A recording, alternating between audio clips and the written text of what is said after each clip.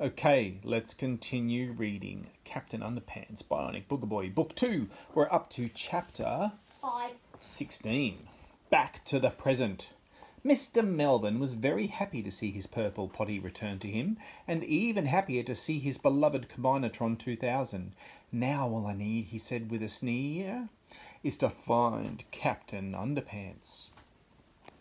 Fortunately, Captain Underpants, who you'll probably remember looked just like Melvin Sneedley, wasn't too far away. Unfortunately, he had spent the last 2 days getting himself into trouble. First, he started off by annoying some old ladies. Captain Underpants had been helping them cross the street when he heard a little girl crying for her kitten, which was stuck in a tree.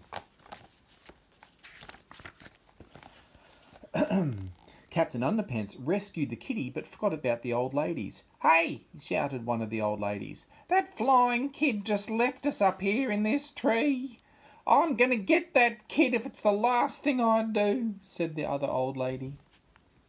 Next, Captain Underpants was soaring above the football field when he encountered an unidentified flying object. It was made of brown leather and had white stitching on the side. Said Captain Underpants. This could be a dangerous UFO. He grabbed it and flew down to the football field where oddly the school's football team was having a big game.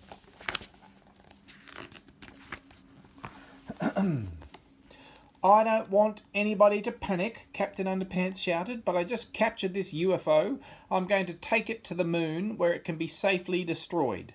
Suddenly the players from the visiting team tackled Captain Underpants, which cost the home team 50 yards and the game. "That kid just made us lose our biggest game of the year," shouted Mr. Meaner. "I'm going to get that kid if it's the last thing I do," snarled the quarterback. Finally, Captain Underpants got on the bad side of some skateboarders in the park. He had politely pointed out the no skateboarding signs, but the skateboarders refused to go away. So Captain Underpants had no choice but to snap their skateboards in half with his kung fu kicking action. Then it was spankings for everyone. "Dude," cried one of the skateboarders, "that little dude just like duded our dude boards." "Dude," said another skateboarder, "I'm gonna dude that dude if it's the last dude I dude." Chapter 17. The Big Switcheroonie. Mr. Melvin ordered George and Harold to stick their heads out of the window and call for Captain Underpants. Soon the waistband warrior appeared. Mr. Melvin welcomed the caped hero inside and asked him to pose for a photo. "Why, I'd be delighted," said Captain Underpants. "Great," said Mr. Melvin. "Put these clothes on and stand over there."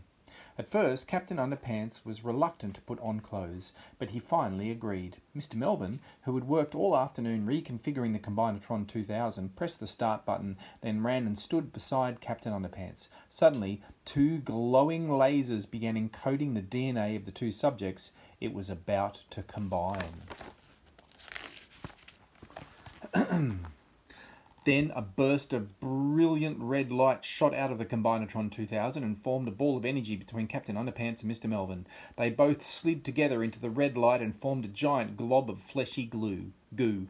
A newly reconfigured Combinatron 2000 then switched polarities and began the process of separating the 2 human elements. The red ball of light suddenly changed to a lovely shade of green. Suddenly there was a blinding flash of light, a quick puff of smoke, and it was all over.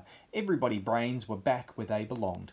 "Wow, that sure is a weird camera," said Captain Underpants, who now looks exactly like Captain Underpants.